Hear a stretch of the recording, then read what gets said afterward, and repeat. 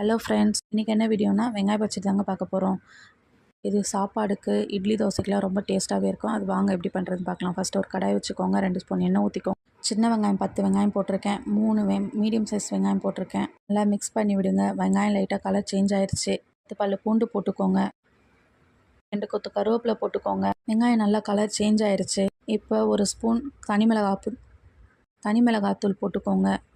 குட்டி ஸ்பூனில் தான் போட்டிருக்கேன். சின்ன நெல்லிக்காய் சைஸ் புளி போட்டுக்கோங்க.